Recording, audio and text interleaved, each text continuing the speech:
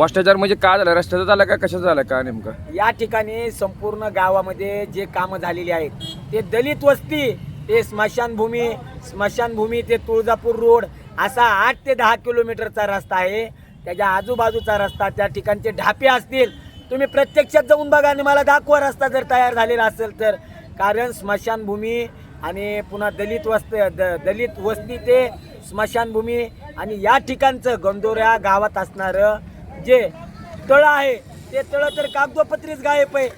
मग PWDच्या मग अधिकारी काय म्हणतात, हे आमच्याकडं कामं नाही, PWDच्या अंतर्गत आहे. PWD म्हणते आमच्याकडं काम नाही, ते पंचायत समितीच्या अंतर्गत आहे. म्हणजे या ठिकाणी प्रत्येक प्रशासनातील प्रशासकीय अधिकारी स्वतःला वाचवण्याचं काम करत आहे. मात्र या ठिकाणी 1000% सत्य नाही, 10,000% सत्य आहे की गंदोरा या गावात कोट्यावधीचा भ्रष्टाचार झालेला आहे.